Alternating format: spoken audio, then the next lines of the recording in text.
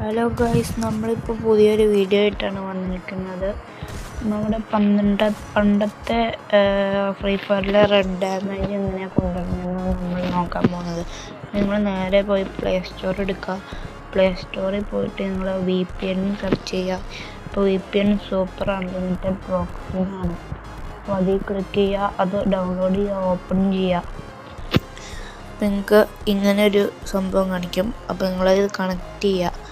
പിന്നെ നേരെ free fire എടുക്കുക. പിന്നെ ഫ്രീ ഫയറിൽ സെറ്റിങ്സ് എടുത്തിട്ട് ഇൻഫോർമേഷൻ ഞെക്കിയിട്ട് ഹിറ്റ് 200 FX ക്ലാസിക് ആക്കുക.